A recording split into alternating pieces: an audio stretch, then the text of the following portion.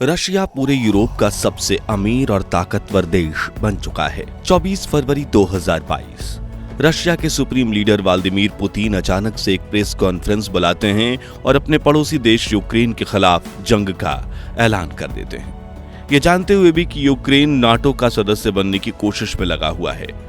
जंग शुरू होते ही अमेरिका, कनाडा और ब्रिटेन समेत यूरोप और अमेरिकन कॉन्टिनेंट के 32 पश्चिमी देश जो नाटो के सदस्य भी हैं, वो रूस पर अनगिनत सैंक्शंस लगा देते हैं ताकि रूसी इकोनॉमी की कमर टूट जाए और वो बर्बाद हो जाए। ये देख विशेषज्ञों का कहना था कि ये पुतिन के राजनीतिक करियर का सबसे गलत फैसला है और रूस को इसकी बड़ी कीमत चुकानी पड़ेगी। हालांकि रूस यूक्रेन के बीच इस महायुद्ध को शुरू हुए आज 2 साल से अधिक का समय बीत चुका है, लेकिन अमेरिका, यूरोप और नाटो की तिकड़ी साथ मिलकर भी रूस का बाल बांका नहीं कर पाई। जहां अमेरिका और यूरोपियन यूनियनों ने रशिया को तबाह करने की चाल चली थी, जिसमें यूक्रेन को मोहरा बनाया गया था, वहीं यूक्रेन जिसे साल 2013 तक रशिया अपना भाई मानता था और जिससे जंग लड़ने के बारे में रशिया सपने में भी नहीं सोच सकता था, लेकिन पड़ोसी देशों की दखलंदाजी के चलते इन दोनों भाइयों की दोस्ती में दरार आ गई। यहां तक कि साल 2014 में अमेरिका ने रातों रात यूक्रेन की सरकार गिरवा दी और अपनी पपेट गवर्नमेंट भी बनवा दी, लेकिन रूस सालों तक चुप रहा। मगर जब पानी सर से ऊपर चढ़ गया तो रूस ने यूक्रेन के खिलाफ जंग का ऐलान कर दिया।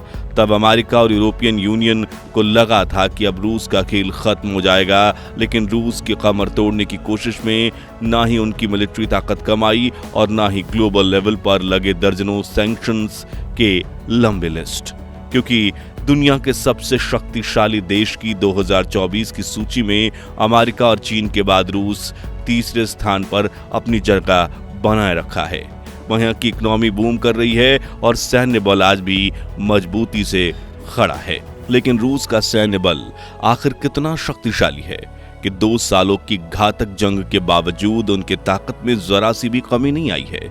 रूस के पास ऐसे कौन से हथियार हैं जिसने अमेरिका को भी डरा रखा है?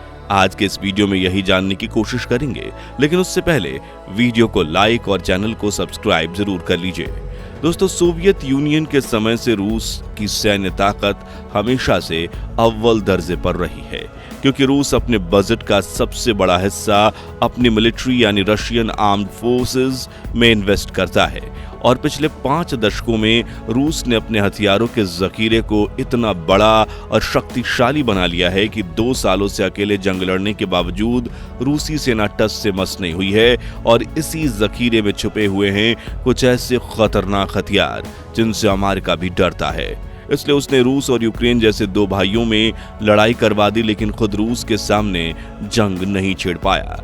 लेकिन उन हथियारों के बारे में जानने से पहले हमें यह समझना होगा कि आखिर रूस कितना ताकतवर है।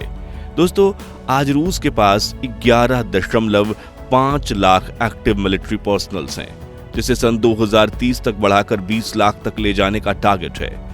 इसके अलावा रूस के पास 2 मिलियन रिजर्व्ड मिलिट्री पर्सनल्स भी हैं।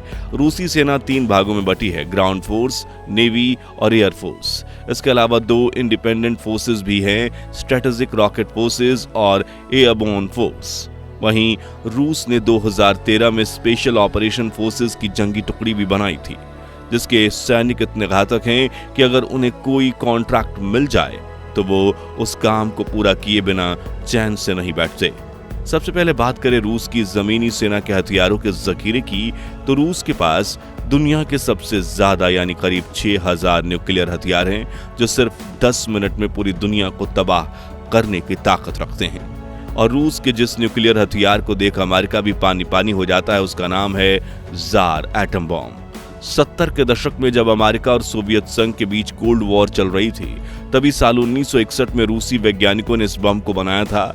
इस विशाल काय परमाणु बम की कैपेसिटी 100 मेगा टन की है, जो कि अमेरिका के सबसे बड़े 25 मेगा टन के परमाणु बम से भी 4 गुना अधिक है। ये बम कितना ज्यादा शक्तिशाली है उसका अंदाजा आप इसी बात से लगा सकते हैं कि खुद रूसी वैज्ञानिक इसकी टेस्टिंग करने से डर गए थे।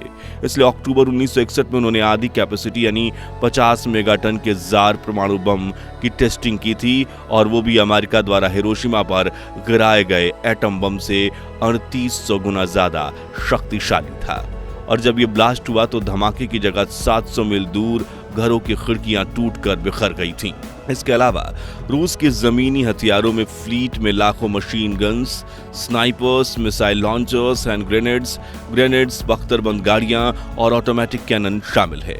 वहीं रूसी मिलिट्री के पास हजारों जंगी टैंक्स मौजूद हैं, जिसमें 800 362 tank, 5000 T-72 tanks, 3480 T-18 tanks और 600 T-90 टैंक्स शामिल हैं।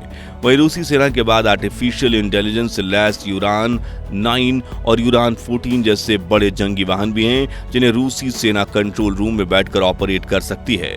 अब रूसी एयरफोर्स पर नजर डालें तो रशिया के पास इस वक्त 4800 जंगी एयरक्राफ्ट हैं, जिसमें 800 नौ fighter jet, 730 dedicated ground attack aircraft, 453 air transport, 145 special aircraft और 1547 हेलीकॉप्टर्स शामिल हैं।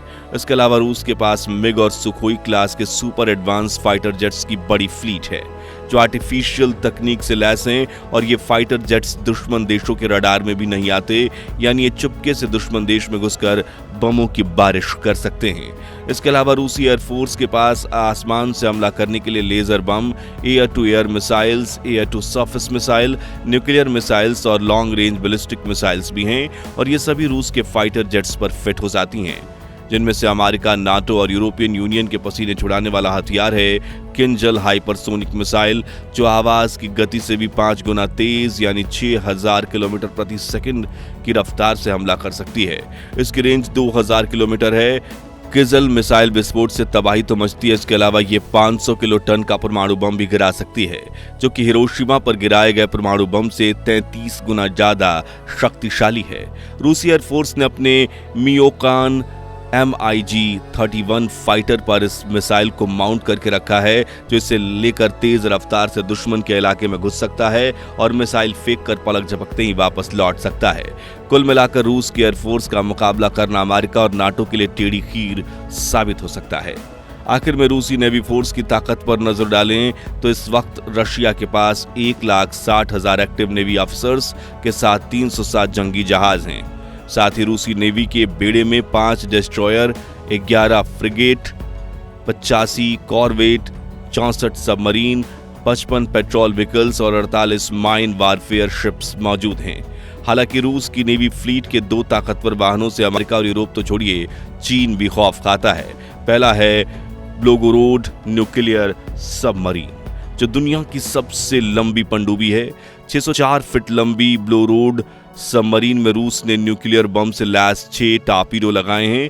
कहा जाता है कि ये टारपीडो अपने साथ 2 मेगाटन परमाणु विस्फोटक ले जाने में सक्षम है, जिनकी क्षमता हिरोशिमा में फटे परमाणु बम से 130 गुना ज्यादा है। वहीं इसमें लगे पेसेडोन और केन्योन नाम के 79 फीट लंबे टारपीडो का अगर कभी इस्तेमाल किया गया तो रेडियो एक्टिव सुनामी आ सकती है, जिससे समंदर में 300 फीट ऊंची लहरें उठ सकती हैं, जो तटीय शहर को चुटकियों में तबाह कर सकती है। इस सबमरीन को बनाने में रूस को 47 सालों का समय लगा था, जिसके बाद 3 साल टेस्टिंग की गई और 2022 में यूक्रेन के साथ जंग शुरू होने के ठीक पहले रूस ने इसे अपने नेवी फ्लीट में शामिल कर दिया और समंदर में उतार दिया।